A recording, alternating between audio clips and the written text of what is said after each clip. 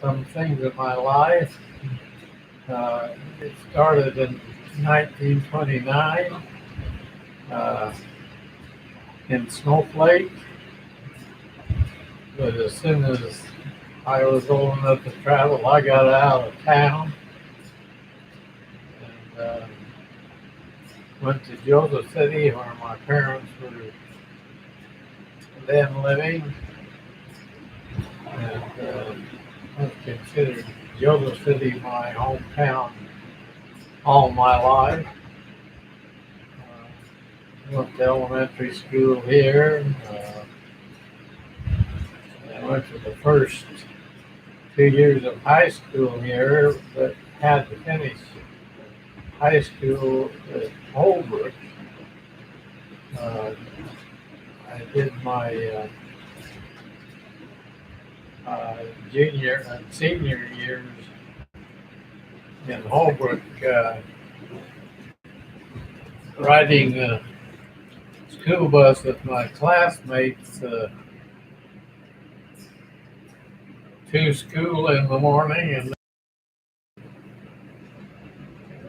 then they'd come in the evening and pick us up and bring us home.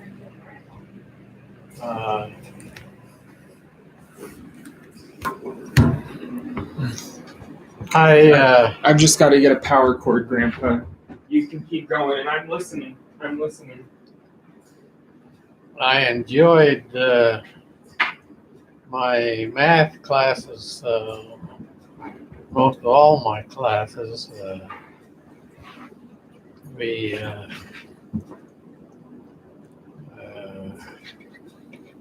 took 1 year of math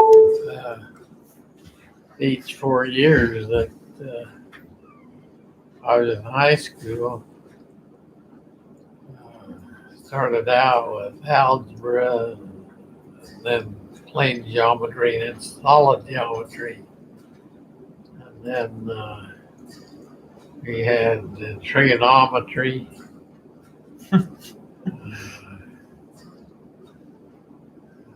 Anyway, I had 4 years of math in high school. Went out for the basketball team.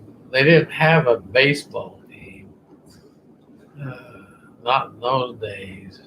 We played softball in elementary school, and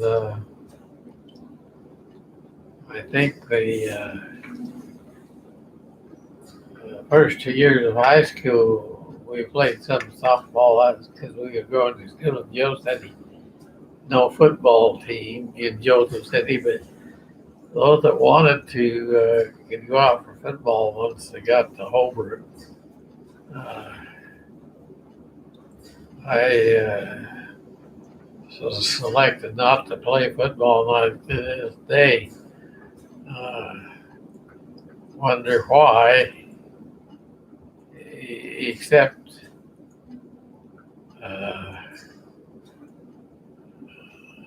I knew that some of the kids got hurt playing football. I wanted them to get hurt, so I didn't bother. Did any of your brothers?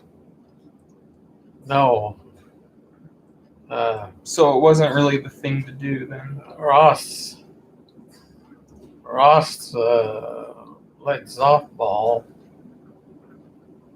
but he didn't go out for any sports up in Holbrook.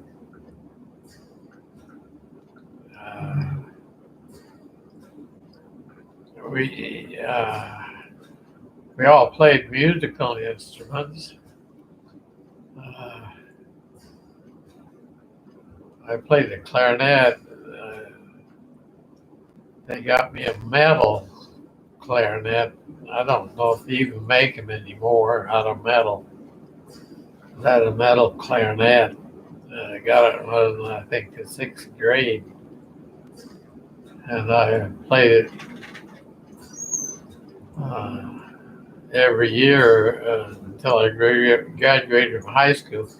The senior year, We did a duet together. oh yeah, Do you remember that? yeah. My dad was somewhat musical, and he had played you call it a cornet rather than a trumpet. It was a kind of a short, uh, uh, stubby instrument compared to a trumpet. Well, anyway, when he was in high school, uh, he did quite well in with his music. At one time, the music teacher was going to be gone, and so I think my father was the senior that year. He was the student body president up there, and they got him to be in charge of the band. Up where, Grandpa? Pardon? Up where? You said Oh, up in Snowflake. Uh,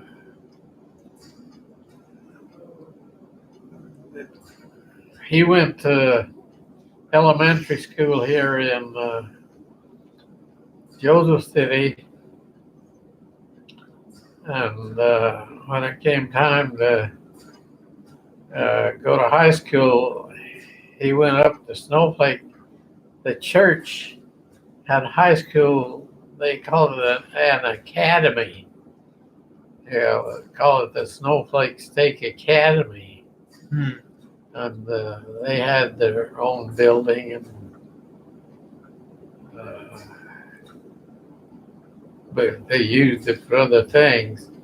He he was up there and stayed with other people, not necessarily relatives. They were just people that would take in the high school kids that came up there to go to the academy, and I think he paid rent, and I think all of his siblings did the same thing. There were 11 of them that went to the Snowflake State Academy. When was the high school built? Okay, we had that 2-year high school when I was a sophomore. They didn't get a high school in Joseph City until Leland was a freshman. I think. Really? So I think he was a freshman the first year that they had a high school, and there weren't they go to Holbrook before then? for 2 years. Uh-huh. But Leland, he, I think he was in the. If he wasn't in the charter class, he was in the next class. Seemed like there was one class older than his that graduated. But he made all state in football as a defensive end.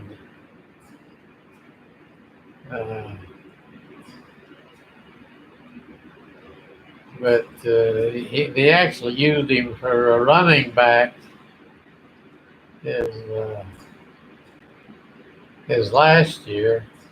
His freshman year, they started him out as a quarterback, but they had another kid that could do about the same job at quarterback as he did, and they needed a running back. And so he was a defensive end on defense, and on offense he was a running back. Now that's all about him, and nothing about me, except we tried to go to all of these games. We even, of course, Marlin was right in there too. Yeah. He was about the same pattern, except I don't remember that they used him for a running back. Then Todd came along, and he was a pretty good sized kid. So they wanted him for a lineman, and they needed a center. And so they tried him out, and they put him with another classmate for a quarterback. And those two guys played 4 years as center and quarterback. And I went to most of their games, and I noticed after 3 or 4 games that they didn't drop many high balls. In fact, they hadn't dropped any while I'd been watching. Come to find out, I think they did their whole career, high school football career, center and quarterback, and never once dropped a high ball. That was just kind of a record that I don't know anybody else was focused on that, but I did, because I had noticed that they seemed to work real well at that. Okay. High school, graduated in 1947. That was most of the time I was in high school. We were at war with Germany and then with Japan. And so I had classmates in my senior year that had been in the military and had Japan surrendered on my 16th birthday. It was August 14, I think 1945. And you had classmates in the Army? That had been in the Army, in dental school. What, in dental school? Oh, yeah. With dental school, I had classmates that in dental school were signed up with a program where the government would sign up into the military, and they got second lieutenant pay if they'd signed up in the Army. If they're in the Navy, they got ensign pay all the time they were going to dental school. Okay. And then then when they graduated, they were promoted to captain in the Army and Air Force, and in the Navy, I think the same pay grade was first lieutenant. Uh, And did you do that program as well? no, But you got your dental training in the Army, right? I served as a dental assistant, chairside dental assistant. As I was an enlisted man. See, I got out of high school, went up to be, well, first I did once, I waited till Christmas time because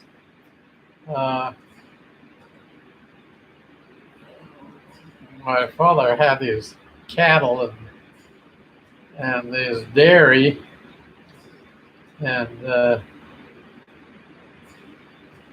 excuse me. And he needed help because he was in a partnership with my uncle Harvey, and he got sick uh, and got to where he couldn't work at all until he finally passed away. And then my father bought his share from my aunt, who inherited my uncle's part. So by the time I got out of high school, my father owned the whole enterprise. Midway, right? Well, that was the name of the dairy. What when you say the whole enterprise, what he had does that dairy entail? He had his dairy. He had it was a corporation, and the people that wanted to sell milk, they would buy everybody's milk that had milk to sell in town. Then they would process it and take it to Winslow. There were a couple of other families doing the same thing, except they both sold their produce in Holbrook. But the association that my dad was in, we took was selling it down to Winslow. So even in high school, I used to get me up a couple hours before time to catch the bus to go to Holbrook and go over and process milk until I had to leave to catch the bus. Starting at what age? Oh, I was a sophomore, freshman. Okay, that's okay. Yeah, as a freshman,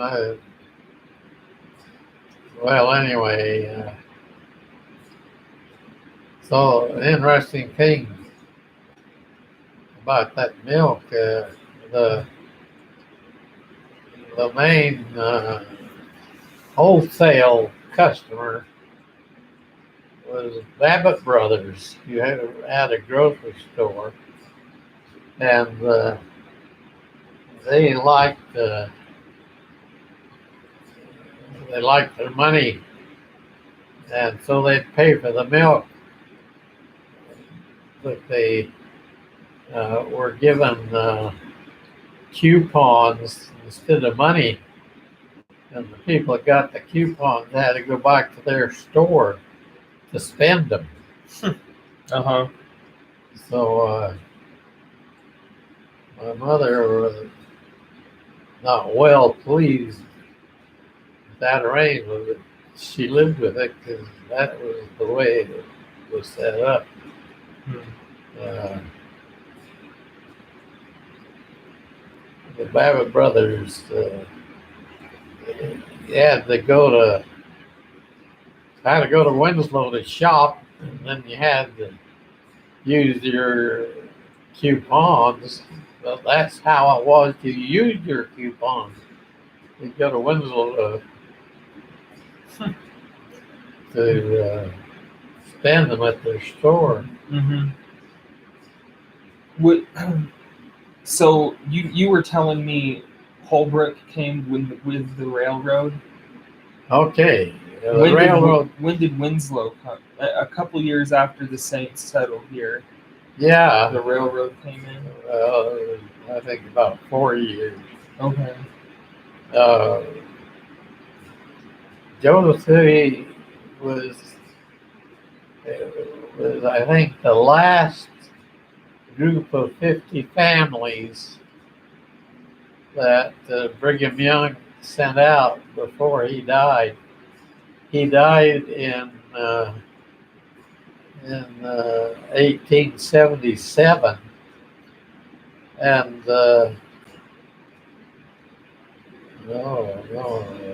well, I guess, yeah, I don't know, it was 76 or 77. Anyway, he died shortly after he called 50 families that were supposed to come down to the Little Colorado River and settle in Arizona. Brigham Young had been sending out groups of pioneers all over the West, out up into especially Idaho. He sent lots of people up into Idaho and then into other parts of Utah. And the group that he called to go to Arizona, they were assigned the Little Colorado River Valley. That was where they were supposed to start their community, and they did. Is this Snowflake? Snowflake was the same thing, only they were a couple of years afterwards. And what happened there is kind of interesting.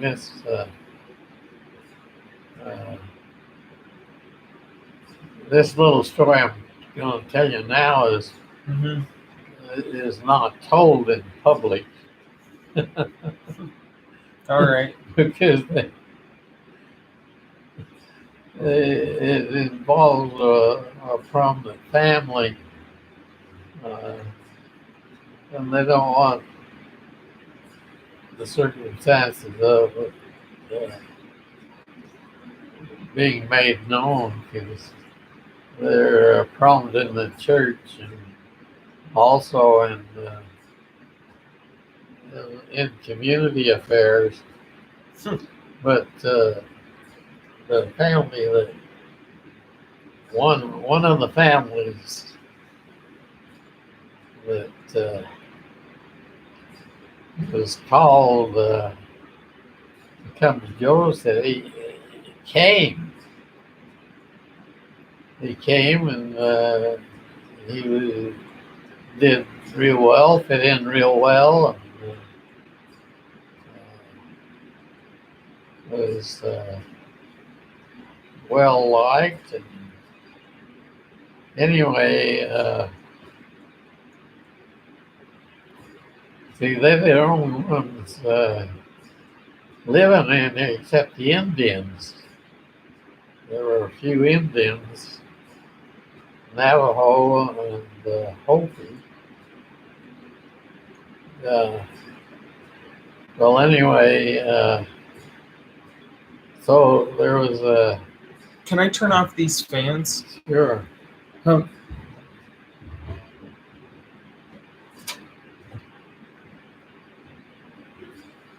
Okay, the Hopi Indians were already settled. This one family that came here and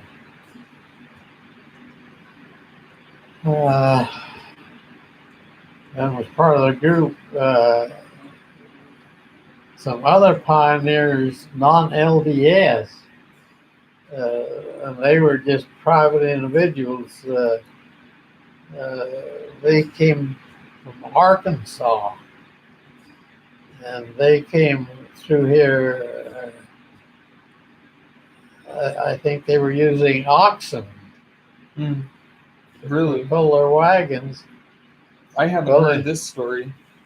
They had only oxen that was sick. In fact, I think he died. So they wanted to buy another ox. And so they talked to this good brother, and so he, without consulting with his neighbors and those that were in the corporation, he just sold in his own mind. They had this one, I guess he was a steer or something. And anyway, he was sick, or had been sick, but he was pretty much over it enough that if you hadn't known his history, you'd have taken him for a healthy animal. Well, anyway, he sold that one animal to these travelers, and didn't tell the traveler that the animal's history. That he just recovered from being sick, and got a full price. He turned the money in to the corporation. Okay, wanted to cheat his neighbors, but they were disappointed that he would take advantage of these travelers like he did, and so he was upset. He told his wife, he said, well, if I'm not wanted here, I would just move on. And so he did. So he went up to Snowflake. There's a fellow up there, his name was Tinson. He left his wife? No, he took his family with him. Oh. He took his family. I don't think he had too many children at the time, but he had children afterward and got to Snowflake, and they were the first ones up there, and they met this guy by the name of Stinson, who owned just a lot of land. I don't know how he got hold of so much land, but he wanted to sell, and so I think they borrowed money from the church, I think. But I don't know that. So anyway, they raised the money and bought him, and then since they bought it with church money, Brigham Young had some more people he wants to send out, and so they sent him out, and he invited them uh, they come up and live with him up at Snowflake. And there's several of them that did. They went up there and lived with him and started that community. I don't understand why he felt the need to leave town. Because he'd have taken advantage of the People who were just passing by. Yeah, he took advantage of them, and the other people in their corporation were disappointed. They're supposed to be saints, supposed to treat each other fairly, and they felt that he had not treated the right fellow good. And so they So I guess they kind of let him know that they thought he'd taken advantage of this fellow, and so then he told his wife, "If I'm not good enough to live with his people, I'm going to move on." Oh, I see. Okay. Stubborn. I guess might be the word. That's not generally told me. Okay, well, I won't tell it anyone. reflects on the prominent family. I don't think anyone today would care too much. If they don't know the people. But some of those people have descendants, and I don't know if the descendants were told the whole story. That's really funny, though. That's the first time I've heard that. No, I understand that.